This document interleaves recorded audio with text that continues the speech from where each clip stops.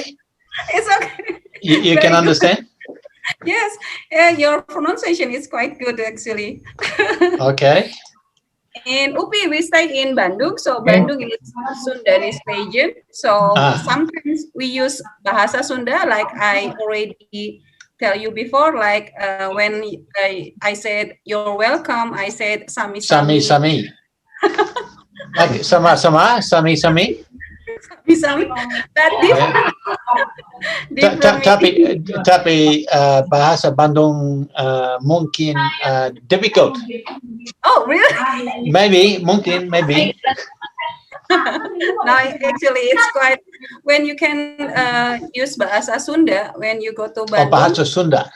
Yes, Yeah. bahasa Sunda. When we go to Bandung, people tend to become more friendly with you. Oh, okay. Oh, this is a good secret. Yes. And they will say that, oh, Pak John, it's very kasep. You know Kasep. kasep? Yeah, kasep, it's handsome. Oh, kasep. Ah, Beautiful, pretty, it's girlish. again? Girlish. Girlish. Ah, Yeah. So, okay. So good. Pak, Very important words. yes, Pak John is kasep. Well, Yeah, I Miss can call Denise. myself girlish. Yeah. And I think the other word applies for Ibu, yeah? Mbak? Yes. Okay. And in Sunda, when we call a woman that older than you, we can call her teteh. Mhm. Teteh, teteh. It's called sister, like a sister. A Kata. sister, yeah, teteh. Not teteh.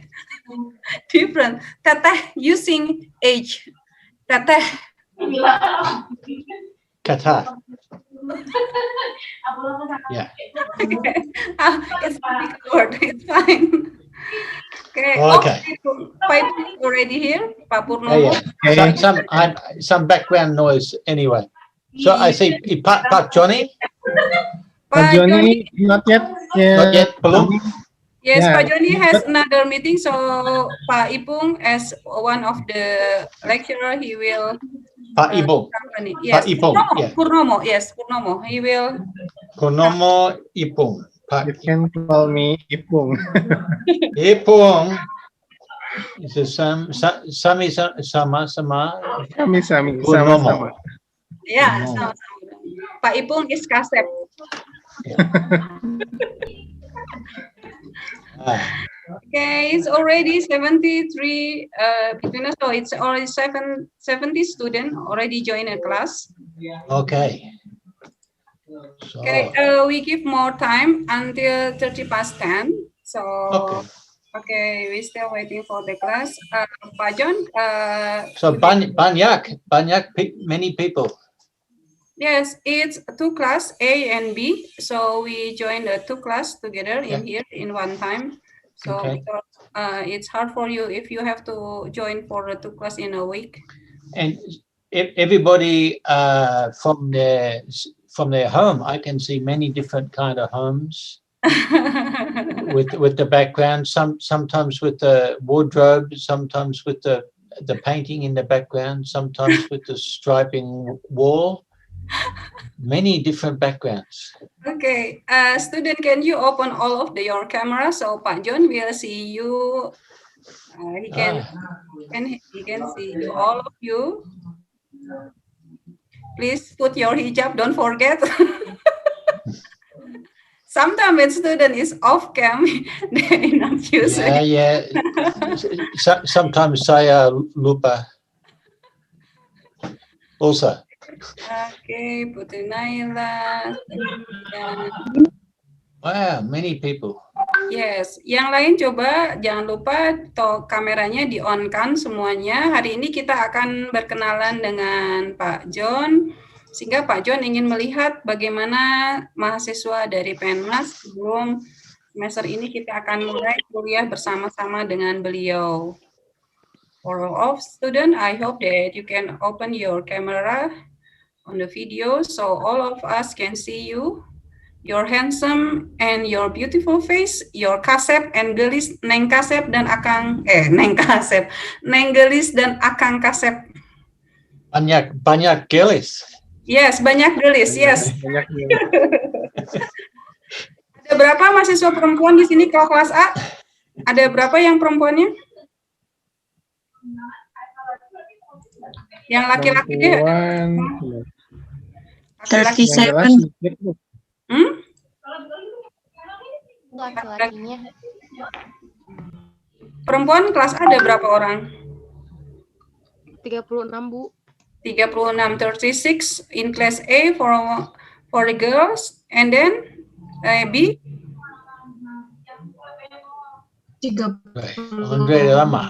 Andre Rama. So it's 70 student is a girl and 10 it's a boy.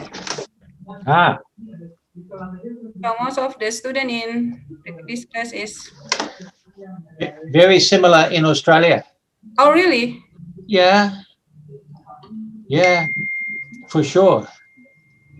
A similar situation. We need to change this. We need to attract more males to education. I think it's important. Actually, in UPI, most of the student in our department is a female. So more than 50%. More than 50% of our student is female. Oke, udah jam 7 lebih, jam 1 lebih 11. Pak Ipung mau dimulai aja? Mulai saja, Bu.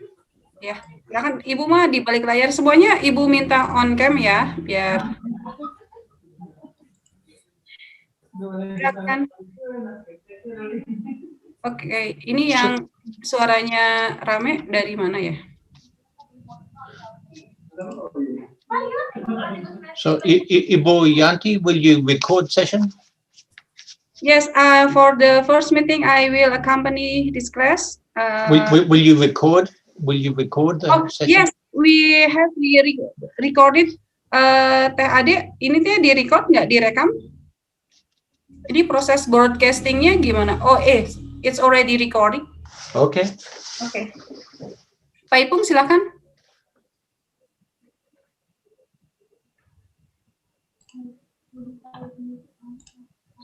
Okay, good afternoon and best wish to us all with thank God because of all this blessing we can gather at this online class. On this moment, I would like to say welcome to Mr. John, the lecturer from Darwin University, Australia, will deliver material or topic for this class. The plan, Mr. John, maybe will deliver material in 3 sessions, start in 1 o'clock and finish in 3:30. And welcome Miss Yanti as International Relation, and welcome, and Mr. Johnny, sorry, cannot join because have a meeting now. Now stay in online class, Miss Yanti and me maybe. To take advantage of the quality time, maybe let's start this agenda by reciting basmalah together and Bismillahirrahmanirrahim. And please, Mr. John, please time is yours for orientation or give the material, the presentation of ICT. Okay. Okay. Terima kasih Pak Ipung dan Ibu Yanti. Selamat siang semuanya.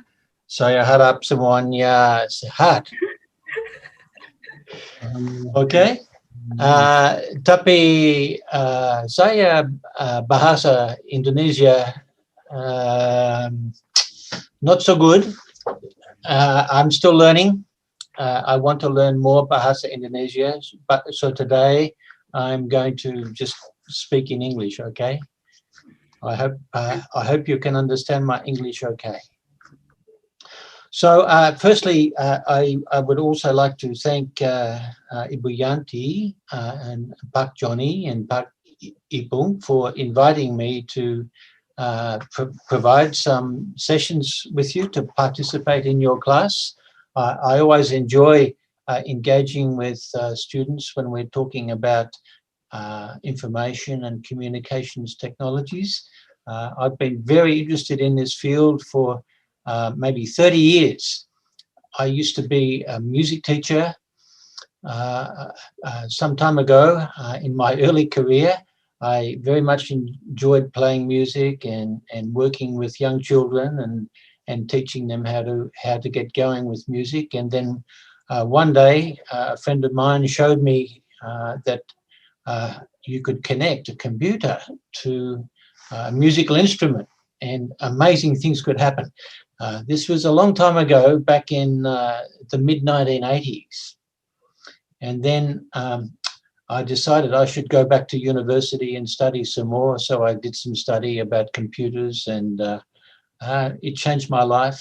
And ever since then, I have been working in the field of computers in education and working in government, some government agencies for many years, and also universities and colleges. So I have a broad perspective that I would like to share with you today, and I have some slides that I will talk to. I'm very happy for you to interrupt, put up your hand or ask a question. Maybe you prefer to ask questions at the end. Maybe Ibu Yanti, you could help to collect some questions or something. But so I will share my screen in a moment, and I have some PowerPoint slides. And after the session, I will also send these slides to Ibu Yanti, and you can access these slides yourself to download if you wish. Okay, I'm happy about that. So let me just share my screen. Oh, I need to get the host to let me to share my screen.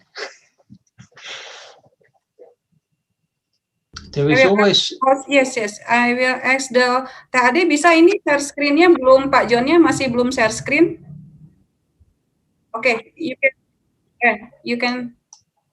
Can you try again? Okay. Oh, okay. Now I can do it. Okay, this one. Okay, so maybe you can see. Can you see this one? No problem? It's clear. It's clear.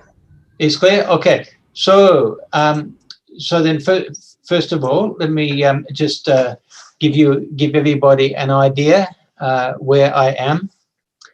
Maybe everybody already knows. Sudah. Where Darwin is actually in Australia. We're very close to Bandung. I just have to, when the flights resume after COVID, I just have to fly to Bali and get a flight for maybe 45 minutes, and I'm in Bandung. It's very close. Maybe 3 hours altogether. It's not so far. So I can come to Darwin, and after COVID, maybe some of you might like to visit Darwin. It's a very interesting place. I like living here. I've been living here for 8 years.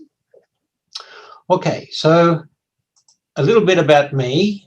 These are my contact details. If anybody has any particular questions, especially about any research, I'm happy to be in contact. And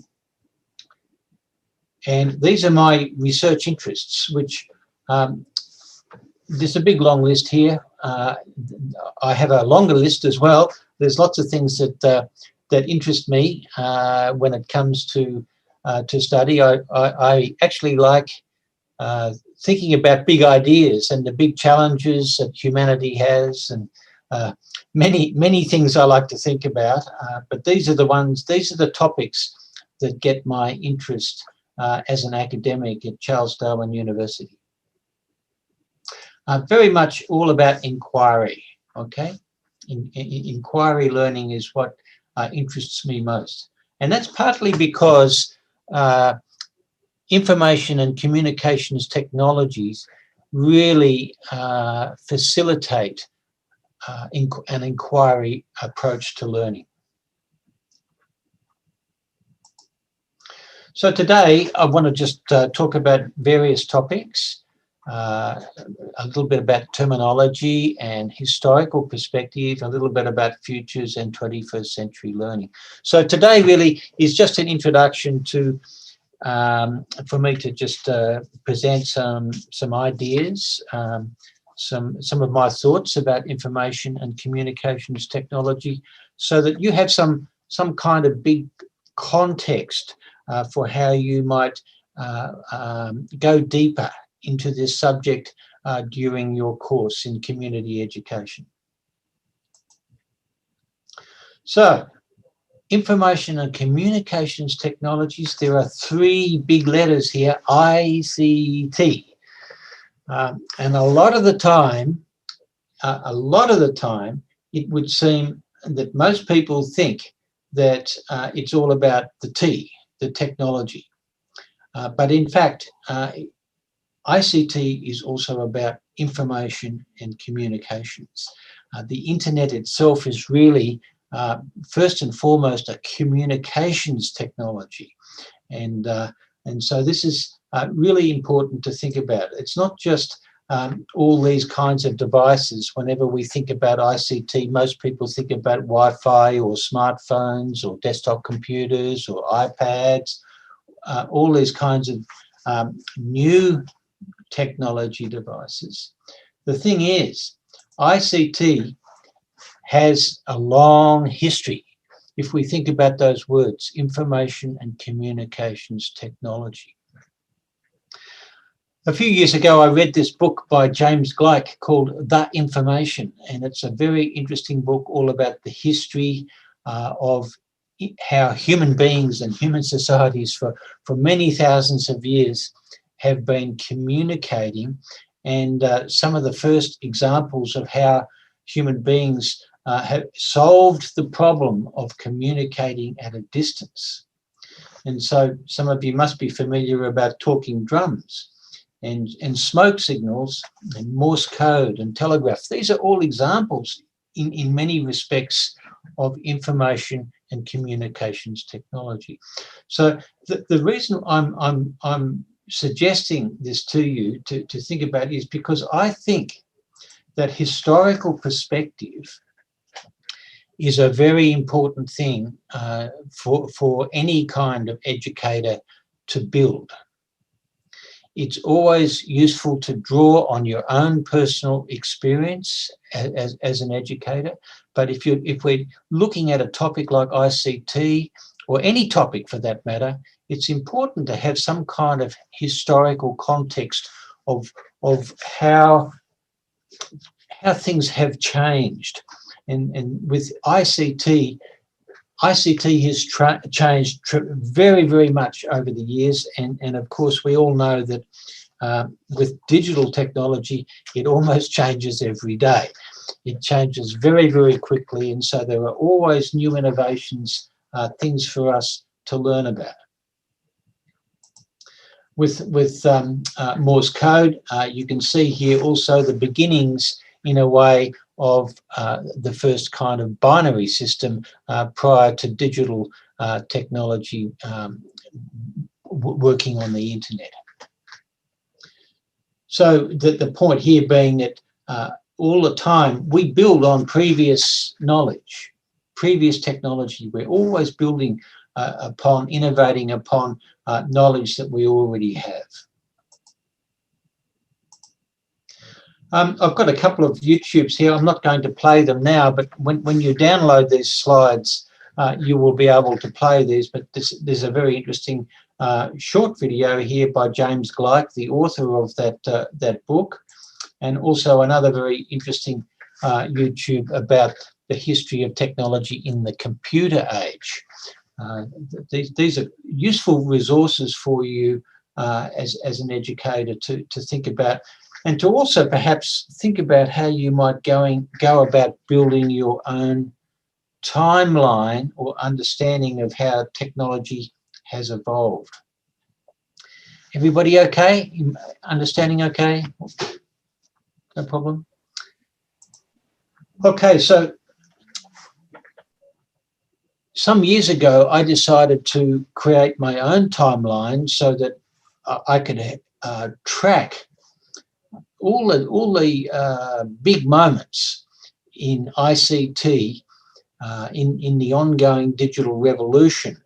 So when I mentioned before, I used to be a music teacher back in the 1980s, and then when I went back to university in the early 1990s, I encountered this digital revolution for the first time, and my first experience of this digital revolution was CDs had just been invented, and this idea of hypertext and multimedia was very prominent in education. So CDs were being used, and prior to DVDs were being used in education as the first big revolutionary step away from just using textbooks. This notion of hypertext, things that we could click on to go to different parts of content. And this all was happening before the World Wide Web. This particular slide I can talk about for a long, long time. I won't talk about it in detail today. Just that I've documented all these particular moments in my own memory. I've put these here because I remember them as being very significant changes. Each time each one of these things happened, it seemed to be a game changer in education and a game changer in digital technology to support education.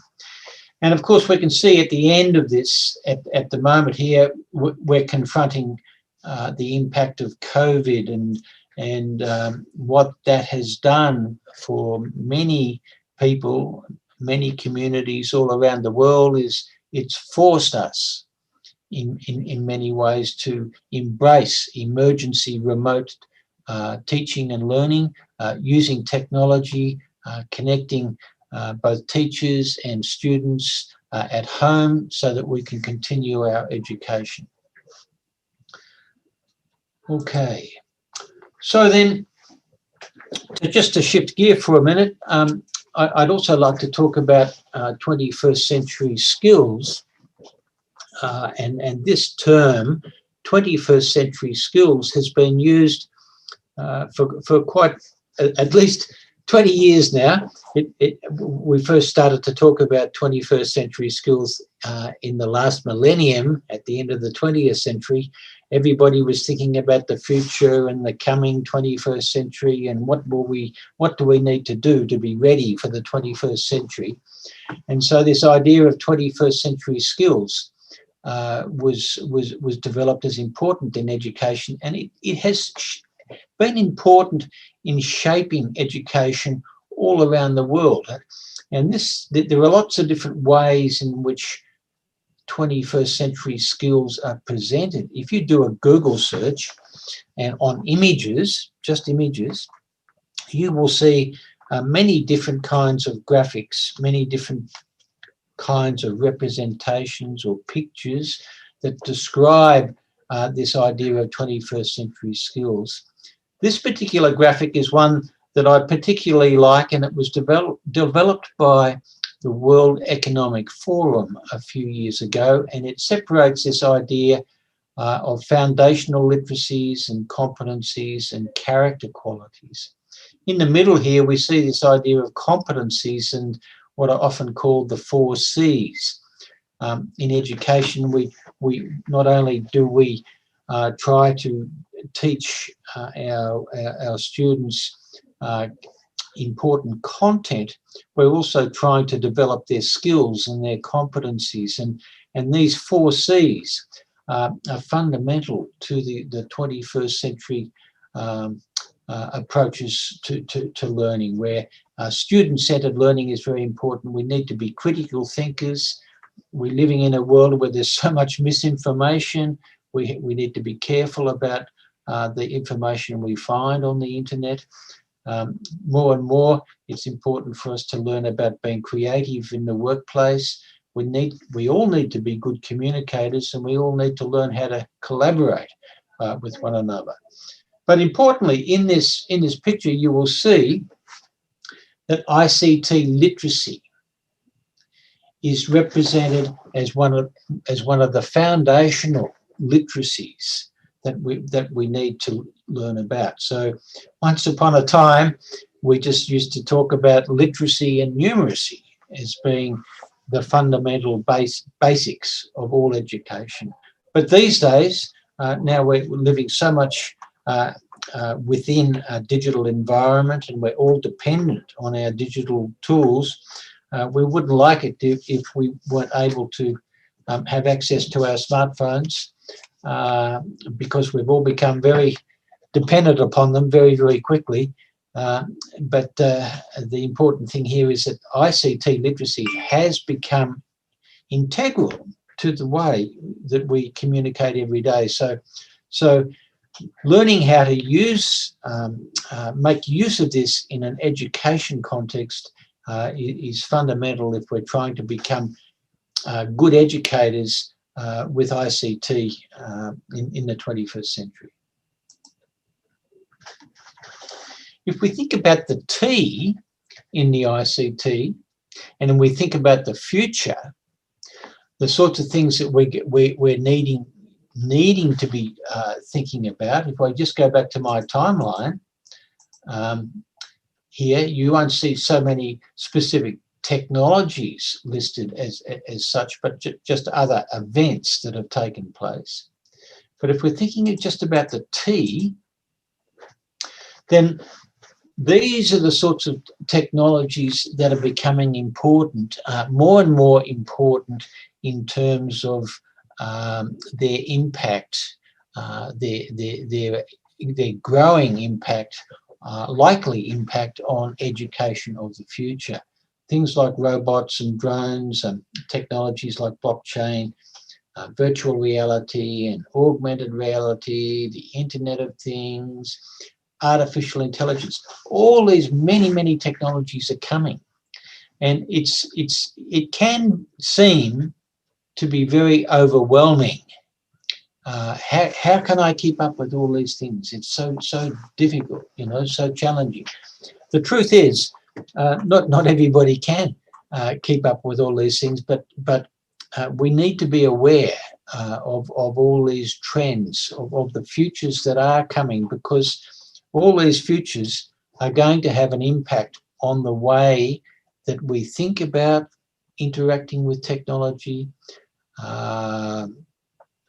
as more and more artificial intelligence becomes used in our classrooms. We will have to be very, very careful about managing our privacy and things like that. So there are many things to think about as a consequence of all these technologies being developed.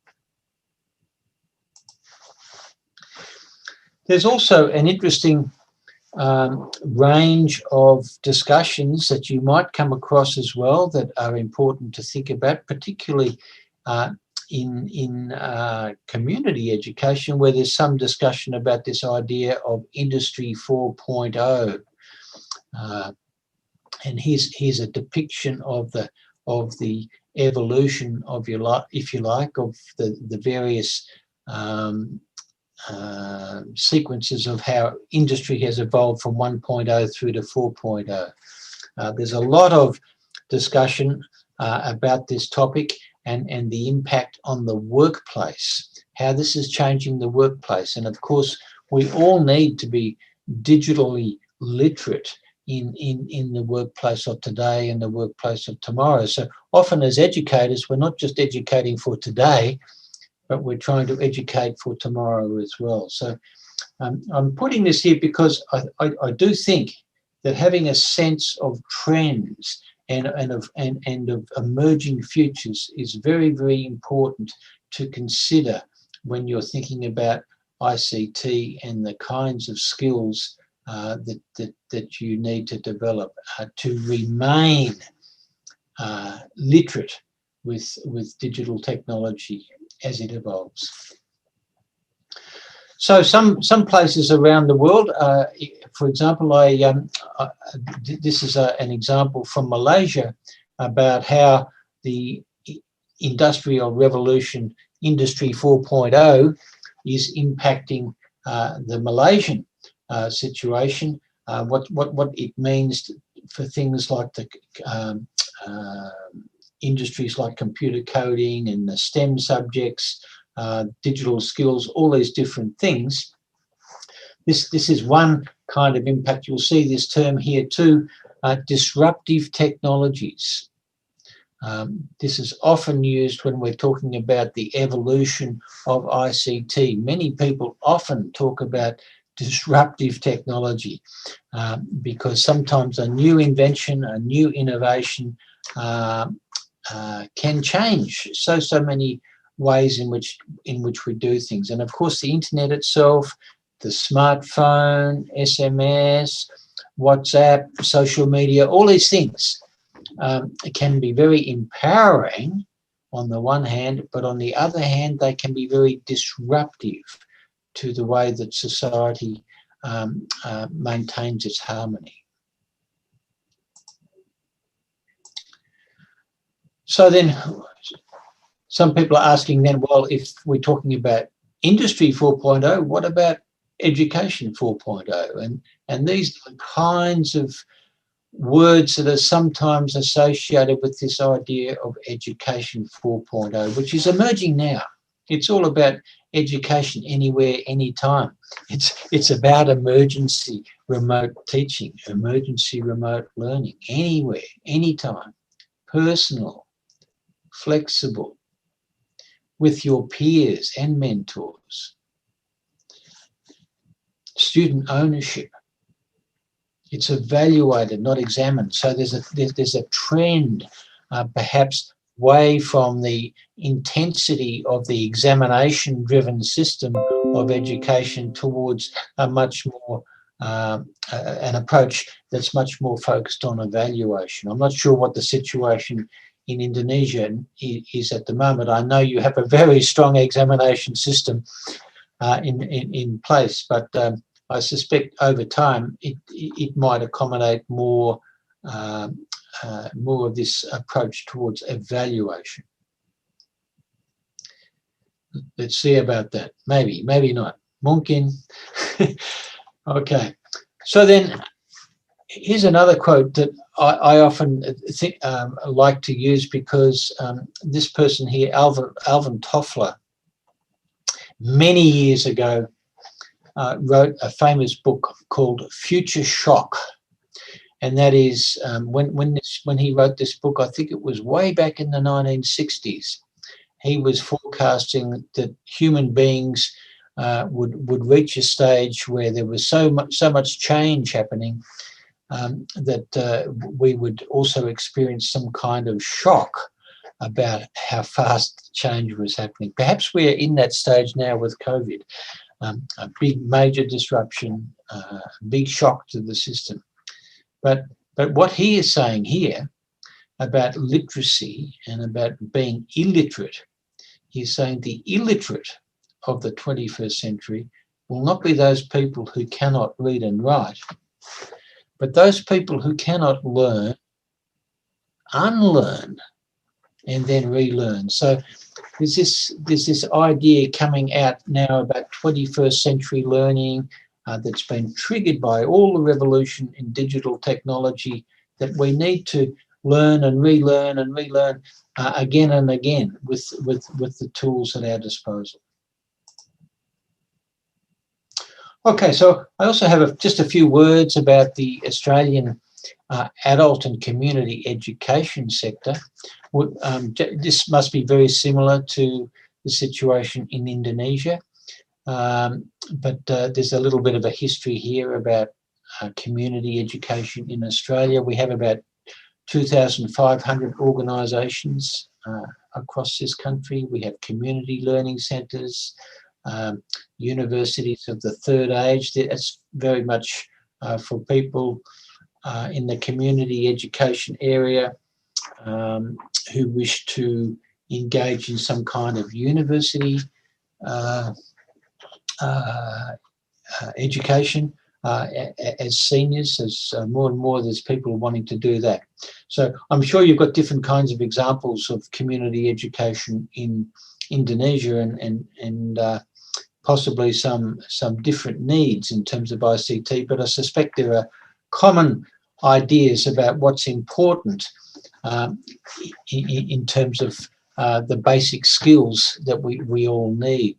And obviously, well, in this country, for example, language literacy and numeracy are fundamental to those foundation skills in community education. But more and more, we now see digital literacy and this new acronym, LLND, language literacy, numeracy, and digital literacy skills is becoming important.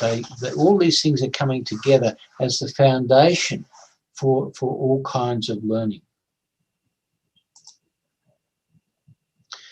Other ideas that are out there that we can find, if we're looking at global initiatives, there's a group here based in the US, except they have many international partners, called New Pedagogies for Deep Learning. You can see the URL down here, npdl.global. Instead of thinking about just 4 C's, this initiative is presenting a view now that we need to be thinking about 6 C's, that this idea of character and citizenship, global citizenship, are just as important, probably more important in the kind of world that we're moving into at the moment. So other ideas, if we're thinking about community education and how we might proceed as teachers, we also need to be thinking about how we're teaching. And there's these 2 interesting terms that you might like to explore, the differences between pedagogy. We often use pedagogy, even though we're talking about adults, we still talk about pedagogy as important, but sometimes there's this word andragogy is also used because it's much more associated with adult learning. And adults are much more self-directed in their learning. Adults like to draw on experience. Adults like their learning to be practical and related to life and work. So there's a difference in the kind of emphasis that you might put into your learning programs where your students are already adults as opposed to students being younger children. And then lastly, I just like to present this idea to you about this notion of the transformation of learning as a consequence of digital technologies, or ICT. Sometimes we use ICT these days and digital technologies in the same ways. So we can see here that there's been this transformation because of digital first. The educators being directed by an educator, now the modern digital learner is a bit more tuned into dealing with student-centered teaching and working with peers. And these ideas of all down the right-hand side here, we can see the difference between perhaps an older world on the left, the way we think about education, and a newer kind of a world that's emerging. So these are just some a range of ideas that I wanted to put in front of you to create some context and to provoke you to be thinking about some other topics that might be important to you in how you're thinking about how you will work with ICT in your education programs as you become educators. So I think that's my last slide. And so at this stage, I would enjoy the opportunity to answer any questions that you might have. So I will stop the slides. Okay. So I hope that some of you got some value. I hope all of you got some value from those slides, but maybe I have provoked some question from someone. Can I? Yes, please. Okay. Your name, Najla? Yes. Yes. My name is Najla Kizasriski. Yeah. Okay. I'm sorry for the bad English. It's good. I'm still learning. I have a question. First, thank you for your presentation. It's so interesting and very educated for us. My question is, to mastering all the skills is so hard and difficult, as like you said before in the presentation. My question is, how do we survive as a student in this era? Because to mastering all of the skills is hard, and to apa ya? Boleh campur bahasa Indonesia. Gimana, Mem? Mem.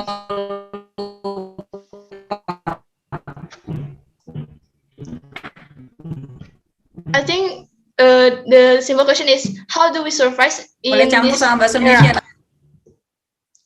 Okay, so then let me try, Najla, to answer your question. Of course, I understand it is overwhelming, but at the same time, I also think your generation is a little bit spoiled. You have so many options. In some ways, many things are easier. So I think on the one hand, wow, is so many choices to make. But you know, your choices. Oh, will I use WhatsApp, or will I use Line? Will I use WeChat? Will I use Twitter? What social media will I use? Because you have so many choices. You know, I would also say that if I was to try to learn how to ride a bike, I cannot learn that skill of riding a bike if I'm also trying to dig in my garden. I cannot dig in my garden and ride a bike at the same time. I have to focus on one skill at a time. So I think concentration, actually C for concentration, must be really important. I think maybe there's another C in our education system which we forget sometimes, that we do need to concentrate on our skills development. So I think one step at a time, one skill at a time, we can learn very valuable skills. And always, I think there is a tension. There is this tension between technology, on the one hand, is empowering, and it gives you many opportunities to do things with new efficiencies and in new ways and exciting ways. And on the other hand, sometimes, it's frustrating because I forgot my password, the system's down, the Wi-Fi is not working, some problem. You know, we have this balancing between the good story of technology and the bad story of technology. So part of the bad story of technology is, how can I learn all these skills? But the good side is actually if we just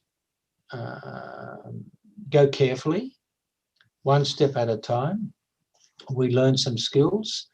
We learn, initially we learned how to cut and paste. We learn how to swipe left and swipe right. Simple skills, very powerful skills, and more skills are coming all the time. We learn how to work in certain applications, like we learn how to work with Zoom. We learn how to work with PowerPoint. We learn how to use special apps like Edmodo in the classroom. Always there is some kind of new skill, but I think something that's really important that will help you is to have the mindset to be open and to explore what you can do with that. So I hope Najla, that can answer your question. Thank you, sir. Okay, thank you for your question. There's a question in the chat, Pak John. Oh, in the chat? Yes. Let me have a look. Yep. Okay, let me just see. Whoa, long question. Okay, from Taspia City. Yeah. Let me see here. So from earlier, what was conveyed by there is a graph about the development of ICT, where in 2021 the ICT is increasing. As we also know, the negative effect of this increase is the spread of misinformation, I think. Yeah. So there are lots of hoax news everywhere. Yes. It happens due to low level of public literacy, especially. Yeah. It means that the increase in literacy is inversely proportional to the level of. Yes. What can we do as public educators? Okay, so there are many things. I think, thank you for your question. I think there are very, very many things here in your question. When I was talking before in the slides about the 21st century skills, I was talking about the 4 C's, and one of those C's highlights the importance of critical thinking. So there's a skill there that's important. It's not the same as ICT literacy, but it's a 21st century skill or 21st century competency that's becoming more and more important. It's having a critical attitude to whether the information we're reading is fact-based, whether it's evidence-based, whether it has a scientific basis, or whether it's just somebody's opinion in social media, you know. And so we need to be talking to our students about these kinds of things. We need to be educating them so that they are learning about information that can be false, information that can be unscientific, information that is just an opinion from somebody. So I think learning how to teach these kinds of skills are very, very important. And connected with this is the importance of, if we're talking about ICT literacy in 2020, 2021, not only is there misinformation and hoax news and fake news and all these things, but there is a lot of cyber crime and people trying to trick you into clicking on links and risking that you will get a virus on your computer, or maybe even get your identity stolen. So there are many issues concerning cyber safety. Cyber safety is absolutely fundamental to ICT skills in the 21st century now, 2021 for sure.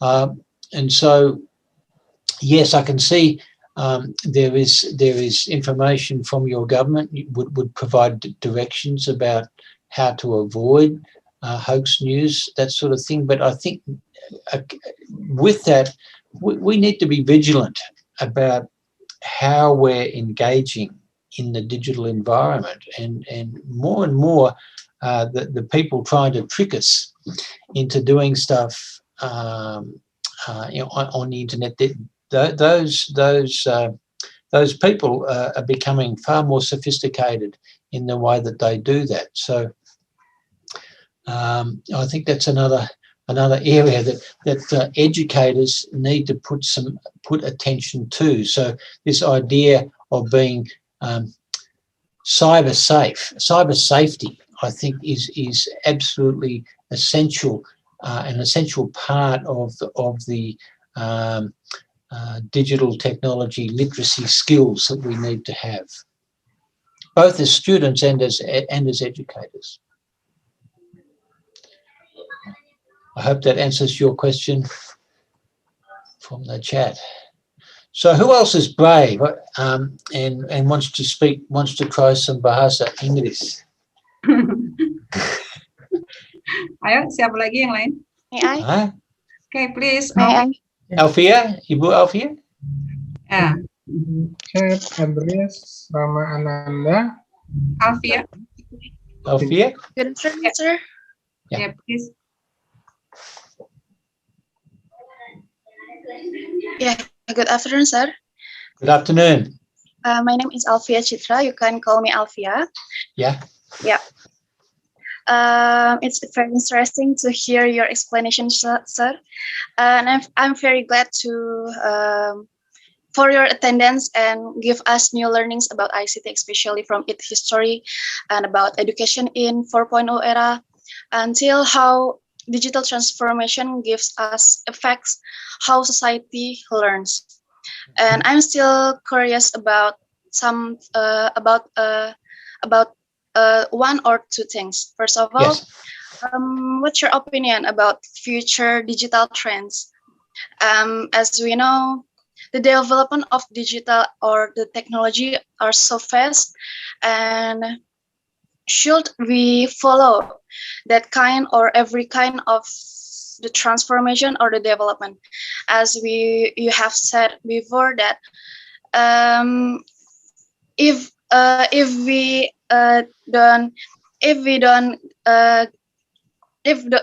we don't use it or face it wisely, we can get something like overwhelming, fear of missing out, like FOMO, and many things that actually disturb our well-beings. Yes. So what's your opinion about the future trends and how we can be adaptive, but at the same time to be a mindful and wise person? And the next one is, I'm very interested with Alvin's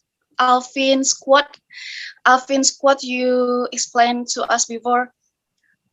I'm still curious about what is and how to unlearn and relearn something, because and nowadays we always hear to how to learn something, but this is maybe my first time to hear about unlearn and relearn something. Thank you, sir.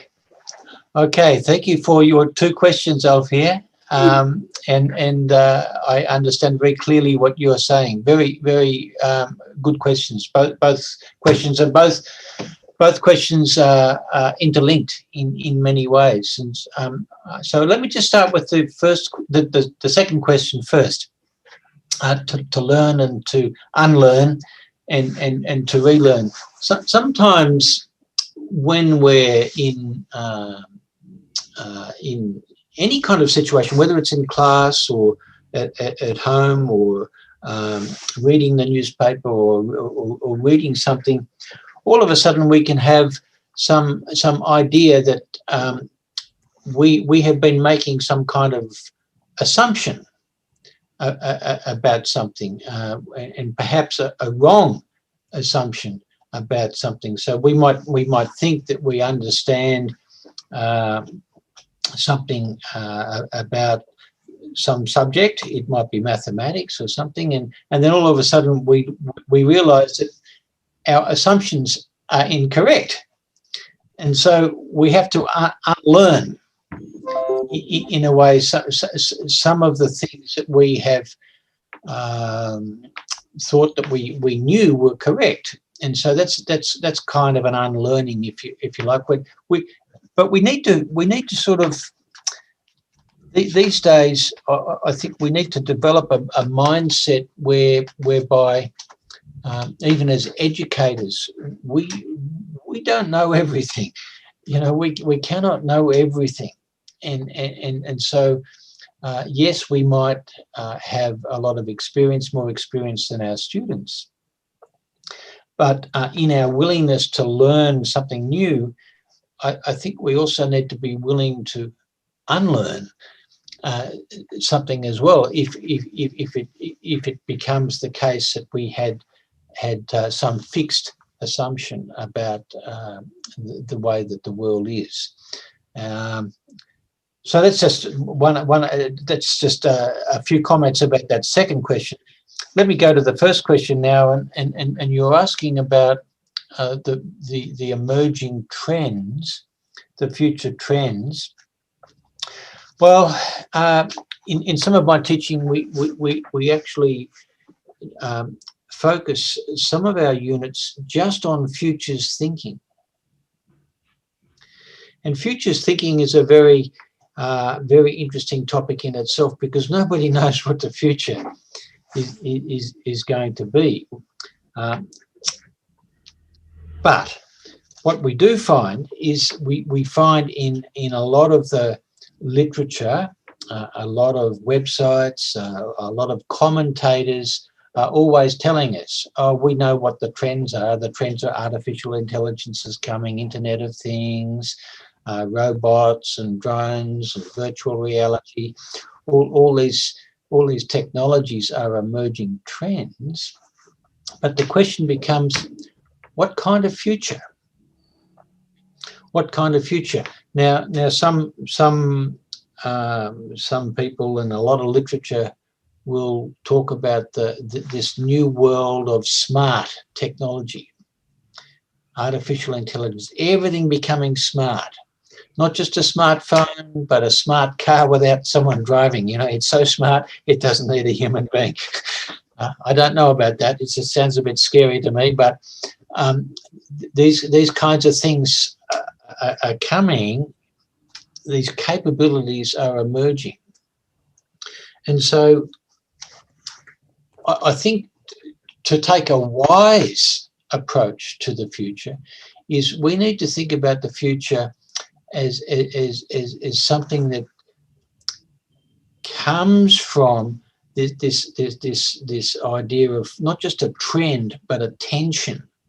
You know, there's always a tension, a balancing act between different possibilities. We might have a wonderful future could emerge in the next few years, or we might have a very difficult future emerge. And so if we are to learn a big lesson from the pandemic, one of those big lessons would be to ask this question: what happens if the next pandemic is a digital pandemic? And so that what I'm saying there is, what happens if the next pandemic is not biological, or is not COVID, but we have maybe some big cyber warfare, some cyber crime, all the technology goes down. We are disconnected. What do we do then as human beings? How do we organise ourselves? How do we organise what's important? So when I think about the future, I sometimes like to think about the positive futures. I want a positive future, but I sometimes think it's possible that the darker future is there, and to be responsible and wise, we need to think that these things are possible. So Althea, you've turned off your video, so I can't see your face. Where are you? Okay, we're back. So I don't know whether that answers your question, or if you have a follow-up question from what I say. Sudah jelas, Althea? I think it's enough. It's give me new insights and more explanation about it. Okay, already clear. Yeah. Okay. Yes. Okay. Another question? Chat. Another question in the chat. Let me Yeah. just see. Okay, from Andre. Andre, flying a flag of the of the male educator. Yes. Okay. How are you? Rama Ananda. Okay, that's a good strong name too. In the face of digital transformational learning, according to what things we need to understand in order to adapt. Well, adapting is okay. So if I had another slide, I could show you an interesting graphic on Andre about technology innovation coming up like an exponential curve, going very quickly, and then human adaptability just going along on a slower curve. And there was a very interesting book I was looking at recently that shows that there's a gap between the technology. The pace of technology is going so fast, it's faster than the ability for human beings to adapt, and it's creating a bit of a problem. And so what we need to do in response, one thing we need to do in response is to, first of all, recognize the problem, recognize that we are in the world we're living in is one in which things are changing so rapidly that we need to understand that's normal. That's the pace of change being so quick. That's normal. And so if once we recognize and understand that, then we can perhaps think about some smart ways to learn from that. But I don't have any particular lessons apart from trying to develop a mindset to be open. I think it's interesting. This idea of openness in the internet is very, very interesting because from a technical perspective, the internet has become what it has become because it is so open. It is an open communications system, and in many ways, the open story is a positive story because we now have UNESCO being a big champion of all the free open educational resources that we can use. You might want to look up OER, Open Educational Resources, and UNESCO to find some very useful resources about adapting. So I think in many respects, we have access to knowledge that can help us through this period.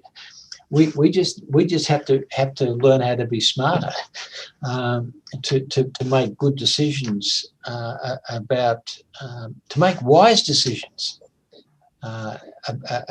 and we can't make wise decisions unless we are informed, unless we're using some scientific evidence to inform our decisions and to inform our thinking. So there's no real shortcut path to knowing what to do, but I do think we need to make good use of science and scientific evidence and open systems and open educational resources can guide us somehow. So thank you for that question, Andre. I hope that, is that okay for you? Yeah. And then Mr. Yusuf, yeah? Microphone not working so well. Okay, no problem. Tidak apa-apa. Yeah? Maybe Bahasa Sunda says something different to tidak apa-apa. Kena naon. Lagi? Kena naon. Guna naon. Kena naon. Benar naon. Okay, so I try to learn that one. To what extent will artificial intelligence and Internet of Things progress and develop and whether this will ever again turn the next industrial revolution. Well, I'm sure we will have Industry Revolution 5 and 6. You know, when I was a young boy, there was a song, a very big hit. It was called "In the Year 2525, if man is still alive, if woman can survive." And it went on, and then it was "In the year 3535, 4545, 55, 55, and on it went. So thinking about the big, scary future, there is always a big, scary future coming. But already there's a scary future with Industry 4 and artificial intelligence, because this is a time where a big question is, will the technology control us, or will we still be in control of the technology? It's a big question. A few years ago, there was I've forgotten which university in the US, but a very interesting thing happened. They did some research about who were the best tutors in the computer science class. Okay, and there was a range of different tutors over the semester, and they had some males and some females, and they had a big class, and I think there were 4 or 5 different tutors. And one of the tutors, her name was Jill Watson. And so at the end of the semester, the university wanted to find out which tutor did the students like the best. And actually, they all liked Jill Watson. But the interesting thing was, Jill Watson was a robot. And nobody knew that at first, but Jill Watson was more responsive and understood the questions that the students had. It was a very sophisticated first example of artificial intelligence being used in a sophisticated, positive way.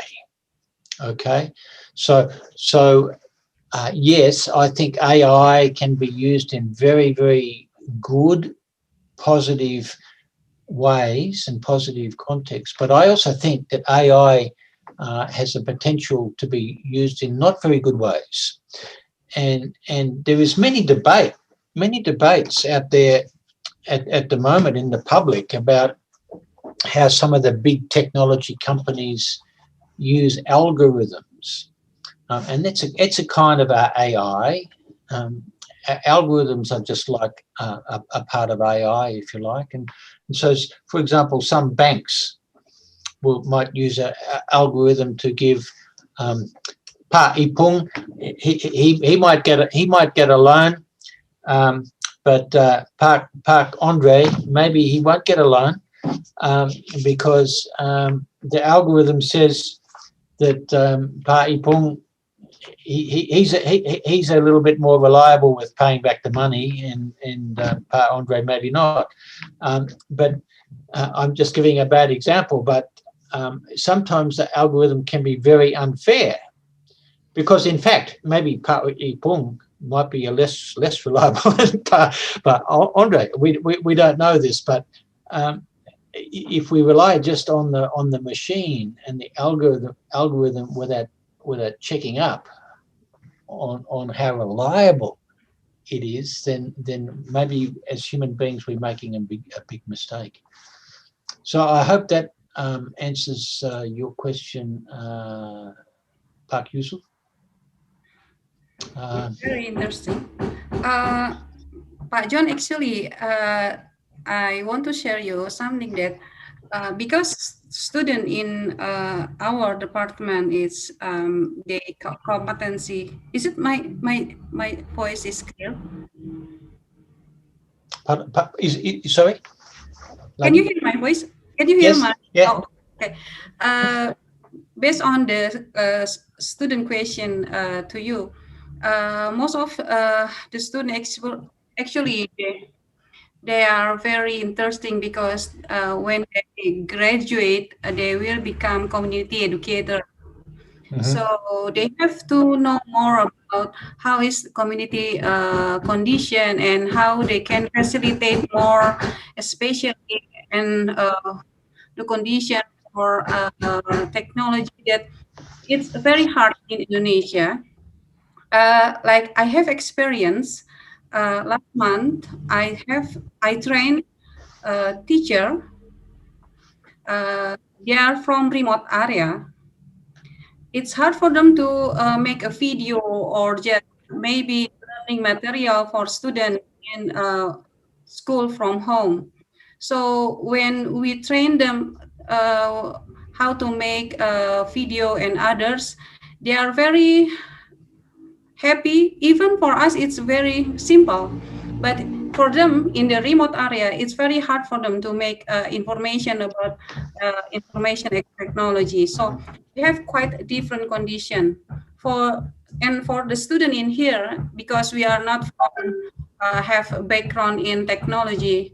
We have to make sure the condition of community that they are ready to accept what kind of information, and they have to filtrate all of the condition information, something like that. So for student in here, quite what kind of or what skill that they become more important for them to become to facilitate community and others, something like that. Can you share with us?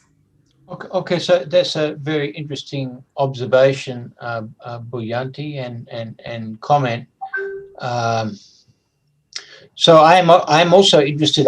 Before I talked about the two attention, if we could also talk about the tension of the global idea of competency and the local wisdom. Yes. And so in the remote area, in many ways, the local wisdom is more important than the global. But in the big city, the global seems so important. Yes. So, but I think, for the people in the remote villages, maybe they still have the smartphones and things like I know most people can take a movie. Most people can make a movie, from their smartphone, and most people can maybe upload the movie onto some kind of social media.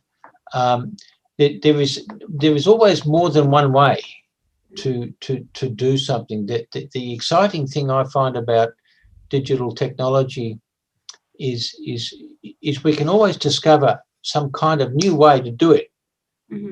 There is not just one way, one best way to do it, and so sometimes the big city way is not necessarily the best way, or the high production video, the video that looks so clean and very professional, is not always the best video. Sometimes the video from the village can be much better because it has the real world. Oke, gitu. Jadi sebetulnya intinya kan bahwa kalau kemarin belajar sama Pak Joni dan Pak Purnomo, kita belajar banyak tentang bagaimana membuat materi-materi yang bagus dan ini. Tapi tadi yang disampaikan oleh Pak Jon, intinya ya sebetulnya yang penting adalah kita membuat suatu materi yang mana bisa dipahami dan bisa dimengerti oleh masyarakat sebagai suatu media pembelajaran, ya nggak gitu sebetulnya. So the most important thing that we make a learning material that people or community understand they can make it as information for them. It's not talking about the modern thing but the important thing is something that they can understand, isn't it? That's correct, because it's about communication, and you have to connect it with the real world. And if there is some real world concern in the village about the crops or something in the village is important, then it's important to make use of that situation in making a video. In my opinion. Yeah. Thank you, Pak John. Okay, please, yang lain ada pertanyaan? Another question? May I, Miss? Yes, Yes. nanti. Mr. John, maybe I have question and maybe it is discussion. Pak Ipong, yeah. Please tell about the technology in Indonesia. Maybe it is something technology in Indonesia that affect the development of technology include the availability of infrastructure in Indonesia. In Indonesia itself, the history of information technology development is still ongoing. Yes. Development of ICT in Indonesia, I think, cannot be equal with the development technology in other countries such as Japan, US, United States, Singapore. So, because it have a difference in infrastructure, region maybe, and Miss Yanti tell about the competency or skill, how skill, and I think one point is this infrastructure. So maybe Mr. John have opinion.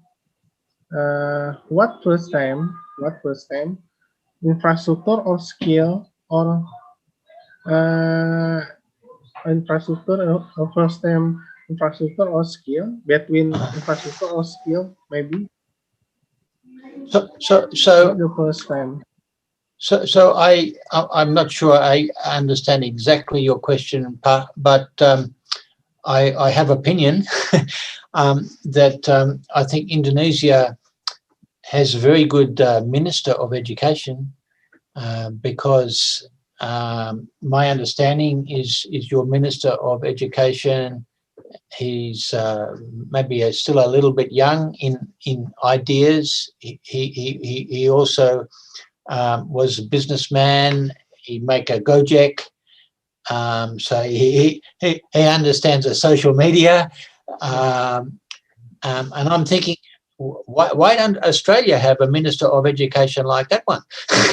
You know, I think that would be good because I think that this is a good opportunity for Indonesia also because. To me, it sends a very strong signal that in Indonesia and innovation in Indonesian education is moving. So what comes first, the skill or the infrastructure?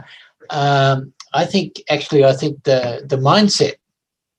The mindset comes first because it's the attitude. You know, when we talk about learning, we learn knowledge, we learn skills, attitudes, and values.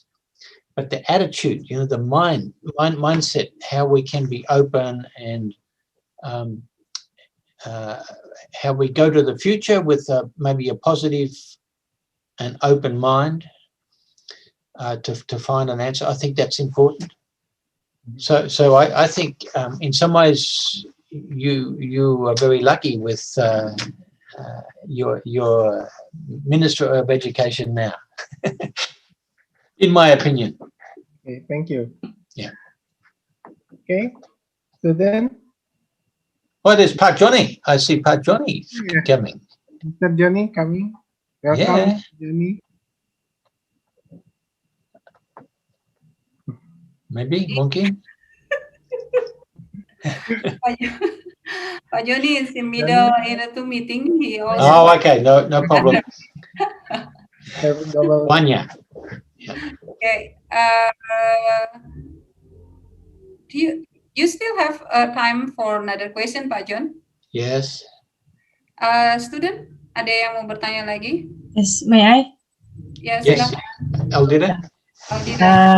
Hi, Mr. John.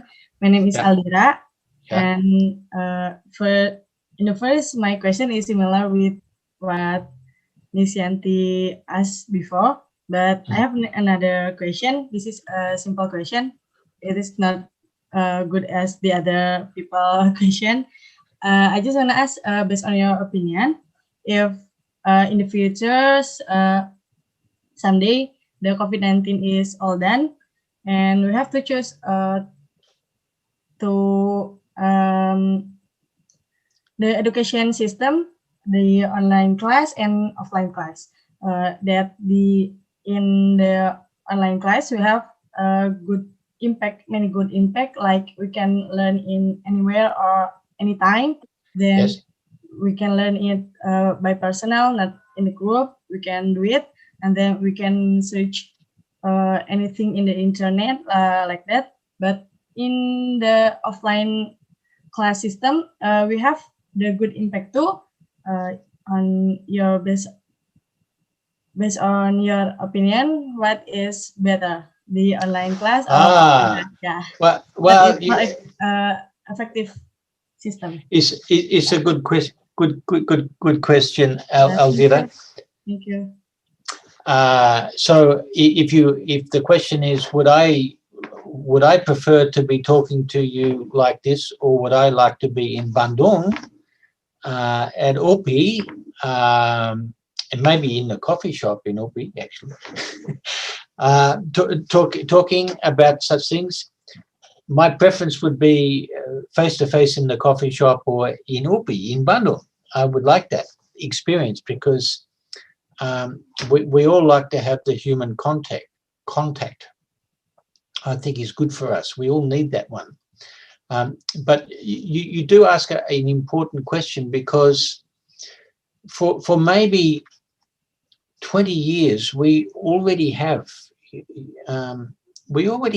the ability to do online teaching and online learning.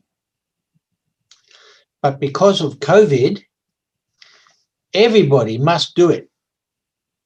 Okay, so we have to learn. Everybody is learning this, and all of a sudden, many people think, oh, actually, there's many good things about online learning, and we can do some good things. Of course, there's some bad things too with COVID. Where many of us are isolated, we're stuck at home. Sometimes we don't have the good bandwidth, we don't have good Wi-Fi, some technical problem, it's not perfect, all this kind of thing. So again, I think I will answer in the same kind of way. We have this tension between online and offline, but our new challenge because of COVID is we need to rethink about the best balance here, because we can learn how to do some things online very well, and we should. When we're studying as individuals by ourselves, or working in teams where we can do something efficiently online, maybe we should just do that. But then we should also find opportunities for a rich face-to-face offline kind of experience, and so it's a balancing act. And when we use words like transformation happens over time. It doesn't just happen like that, you know. The world is not perfect. We're still, many people still are exploring how to use a Zoom technology like this. How can we get better at doing this one? You know, maybe you guys might have some discussion, and we'll work out some way that, actually, if we do it another way, we can make it better. So there's always opportunity to improve, and we can improve things offline. We can improve things online. So I would never answer the question that online is always better or offline is always better. Tidak selalu. Selalu, yeah, tidak selalu, something like that. But anyway, I think we cannot say emphatic always. It cannot be always better or that way. I hope that answers your question, Aldira. Yeah, thank you very much, Mr. John. Yeah, thank you. Alhamdulillah. Okay, kita sudah banyak. We already know Pak John and Pak John already answered the question. We have still 3 minutes left before the end of the class. Pak John, maybe you want to know more about the student in here. Yeah. And one thing that before we end the class, maybe if you want to ask student for assignment, so they will have to read more or prepare something for the next week, you can ask a student to give your assignment and then they will try to do it. And before, okay, that's a good suggestion. okay, and Pak John, if you want to ask us, our student here about, maybe you want to ask something about their condition and others, because this part is our first meet, so yeah, of course. Too much blah blah. Yeah. We need to have conversation. Yeah. I would like to learn so much about everybody. And does everybody come from Bandung or some people come from village near Bandung? Dari Bandung semua atau yang silakan? Come from near Bandung village. Near Bandung, in a village, yeah? And how big is your village, Aldira? Yeah. How many people live in your village?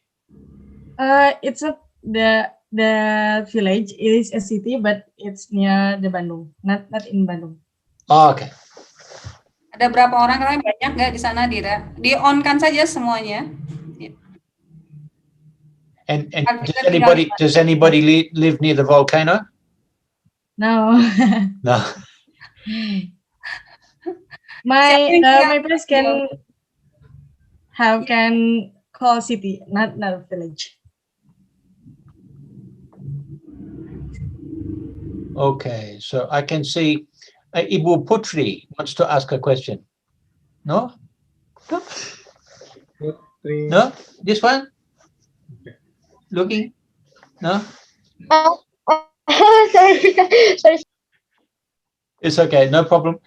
I thought you want to ask a question. You were looking. Okay, please, Okay. Pak John. Actually, most of the students that stay in Bandung. Ada berapa orang yang tinggal di luar Bandung? Dari mana saja? Ada dari Aceh sama Bangka Belitung. Oh, there's from Aceh and Bangka Belitung. From Aceh? Yeah. Oh. So I have a friend. My friend is doing a PhD. Christine, Ibu Christine, but she did some work with, I think, your colleague Ellie, Professor Ellie. Prof. Ellie, yes. Yeah, she was doing some work with Professor Ellie, and she then did some work in Aceh. Yeah. Bangka Belitung, who come from Bangka Belitung? Siapa yang dari Bangka Belitung? Saya, Bu. Siapa? Dia Amanda. Ya, oke, dia dari Bangka Belitung ya. Iya, Bu. Ya, Bu. Dia is from Bangka Belitung. And what about Pak Yusuf? Oh, Yusuf dari mana katanya? Oh, no microphone. No microphone, Yusuf. It's not. Yeah. So it's very interesting. Very, very, very interesting. So next time I come to Bandung, I would like to spend some time to meet with people and to learn more about your life. And so I have a question. Why do you want to become a teacher? Does anybody have an answer for that one? Ayo, silakan acungkan May tangan. I? Yeah. Yeah, maybe it is not a teacher. It is about community education. Yeah. Why I'm learning community education now in UPI, because I love the society. I love communication with the other people like that, and I like to talk a lot. Maybe just like that. So is connection with the community, yeah? Yeah. Yeah, it's a good reason. Thank you. Yes, Pak John, because of the competency of the student when they finish the study, they be able to manage community learning service. So it's part of the competency of the student. But they also have capability to teach for the community, but not in the subject matter, special subject matter. They just facilitate learning activity in the community, something like that in our department. So learning information technology is become very important for them. They can try to help people to understand more and delivering learning material. And so Ibu Yanti, in your course, does everybody learn how to build a website? Yes, actually, it's very important to make a website for student. So ada berapa yang sudah punya sosial media yang khusus? Kalau if you are talking about website in our department, we already have, but individual website is depend on the condition and the lecturer. I do have my own blogs. But it's talking about community education as my point of view, something like that. Other student ada yang sudah punya blognya sendiri? No, Tasbia? What about somebody talking? Tasbia, Ibu Tasbia. Pak George, when in Indonesia, if you call Ibu, because there's still female students. What should I say? What should I say? Mbak. You can call her Neng. Mbak. Bisa mau dipanggil apa kalau gadis apa dipanggilnya ya? What do I say? What do I say to the young? What do I say to the young lady? Okay, to the young lady, you can call her by name. Or you in Sundani you can you can call it Teteh. Tata. Teteh, not Teteh. Teteh is have different meaning. Teteh is different meaning. Sorry. Okay. I chat. I using chat. Okay, but you can call her by name. You can call her by that. Like Tasbia is enough. Yes, Cukup, ya? Yes. It's cukup. Tidak Ibu. Tidak Ibu. Ibu is only for me because I am a mother, so it's Ibu. Okay, so maybe you teach me special bahasa Sunda later. Okay. Okay. Tasbia katanya mau tanya. Microphone. Katanya cerita sesuatu, Tasbia. Siapa yang mau menceritakan sesuatu? Tidak pertanyaan. Malu-malu. Oke, ada yang mau ceritakan sama Pak John tentang ya bagaimana belajar di Penma? May I? Please. Yeah. May I? Yes. Please. Yeah. Sure. Thank you, ma'am and sir. I want to answer about application why I choose community education in why I chose community education. First of all, I believe that to increase someone's life, society's life, it starts from education. Yeah. Maybe I I wouldn't be a teacher, but as a society educators, I believe that with my educational background, I have the possibility and the capabilities.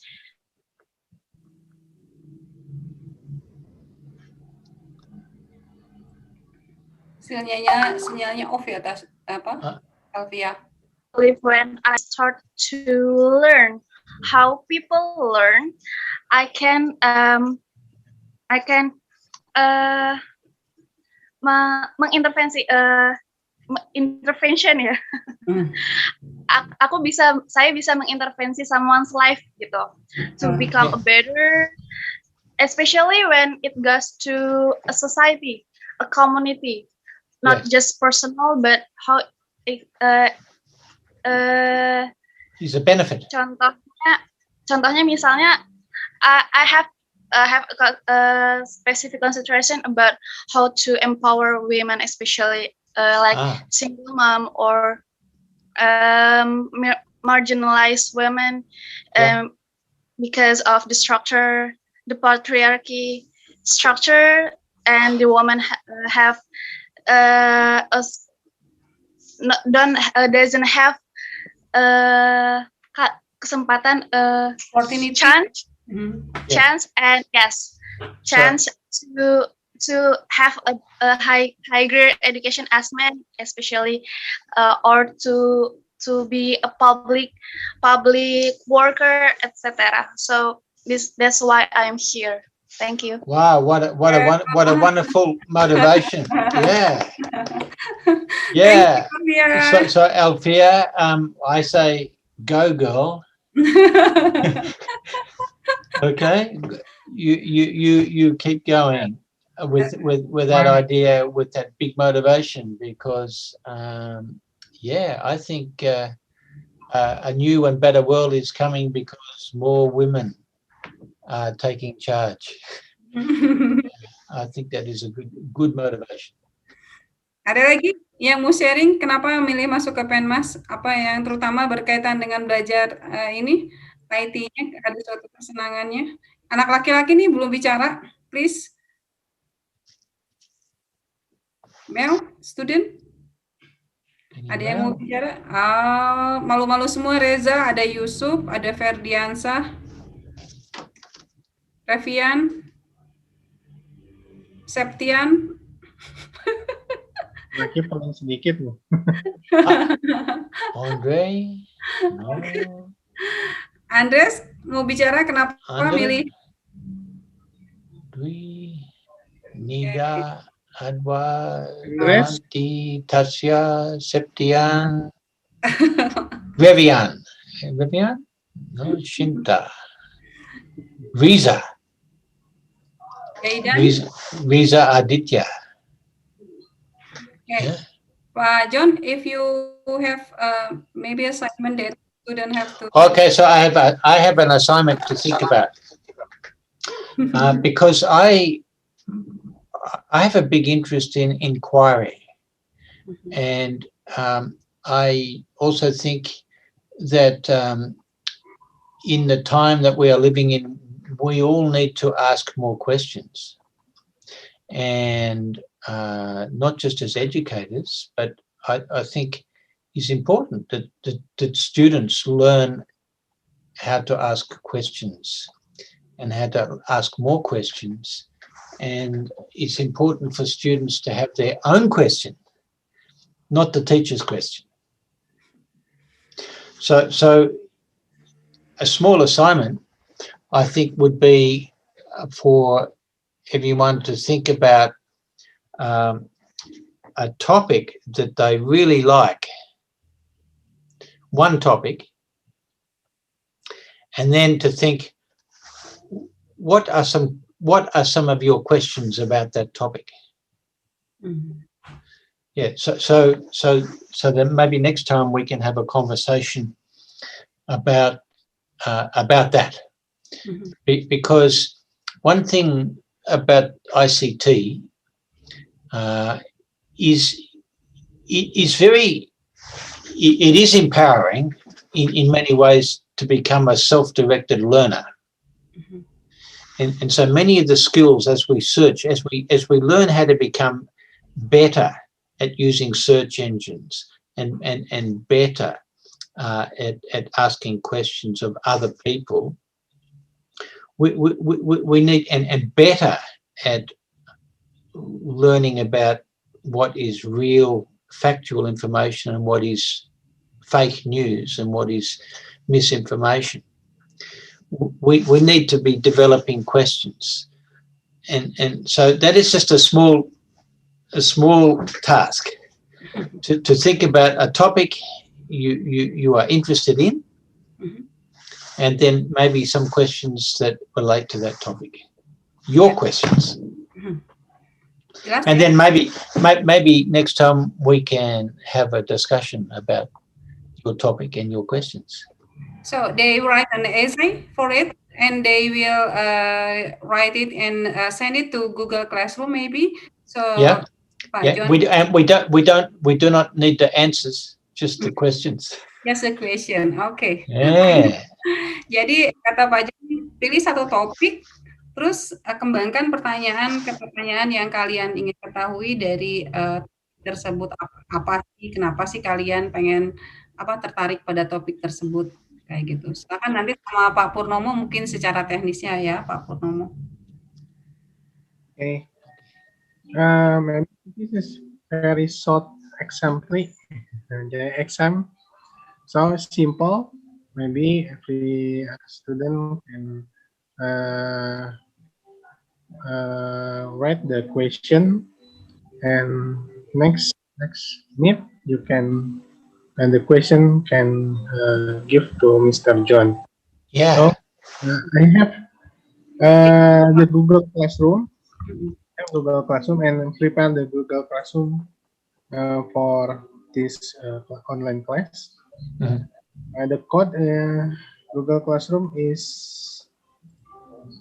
okay.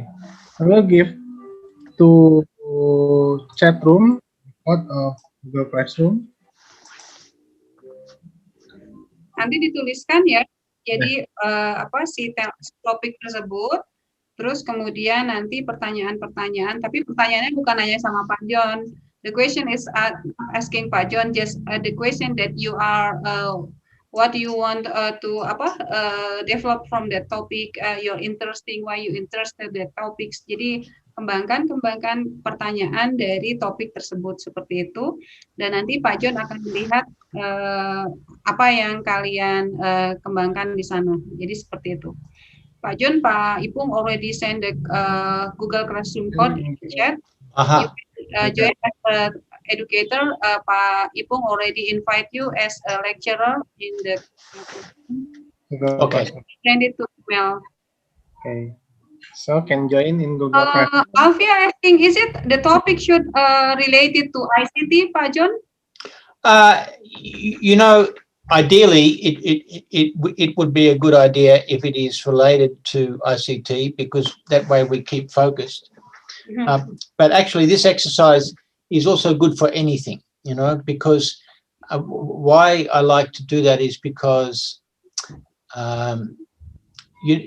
interest, a student interest, is really important. If we're going to learn something, we need to be interested in that. So if we have some topic, I'm interested in some topic. So I have a new topic I'm interested in now. Actually, from today, I'm interested in Bahasa Sunda. that is my topic. So that I'm interested in. So I will find some questions about Bahasa Sunda, and so that is my topic, because I want to learn something about that. Okay. Just something simple. So when we pursue education and learning like that with an interest, Yes, is more powerful than some topic that we must learn because you must learn this topic. It's not the same. Because we give a passion on it, isn't it? When we have a passion on something that we are willing to learn by ourselves, self-dedicated learning is become part of it. So nobody will ask you to do that. We have the inner motivation. Yeah, Okay. I'm Okay. looking forward what of Bahasa Sunda that you willing to learn. I should. There are many things I should learn, but I should. Yeah. Anyway, we talk later. Okay, okay, okay. I think we already come to the end of the course, Pak John. So Sudah cukup? yeah, sudah cukup. And the student already. Thank you, Pak John, for your presentation. It's actually very interesting, and I already have a screenshot. But you will send us the material, learning material. Oh yeah. Yes. You can send it to Google Classroom, Pak John. So the student will receive it. Okay. Yes, so the student will receive in Google Classroom in learning material. Okay, I will give back to Pak Ipung as a lecturer in here. Silakan Pak Ipung. Okay. Thank you very much for Miss Yanti, and thanks for Mr. John for the material topic presentation. May it useful, especially for him and generally for all of us. And I think it is a very interesting material, and so the development technology is begin with a simple technology. It's evolving gradually up to technology we are feeling right now. Okay? The challenge of the 20th century is ability to master technology. Yeah. As well as make technology a way to progress a country, but technology can be negative if not used wisely. And technology aims to make life easier for the better. I think that's the include the presentation, the last agenda, and as the closing agenda is closing, and prior to close program, let's alhamdulillah together. Alhamdulillah. Bismillahirrahmanirrahim. Thanks for Mr. John. Thank you, Pak John. Okay. It's great to hear you. See you next week. Yeah, terima kasih banyak semuanya, and thank you for all the people asking me questions, and it's been very nice to meet you all. It's a nice feeling in this class. Okay, so I hope everybody remains sehat. Keep sehat. Okay. Terima kasih. Terima kasih. Bilang makasih Pak John, biar on off speaker ya. Terima kasih semuanya. Sampai jumpa. Terima kasih. Terima kasih Kak Joni. Assalamualaikum. Thank you.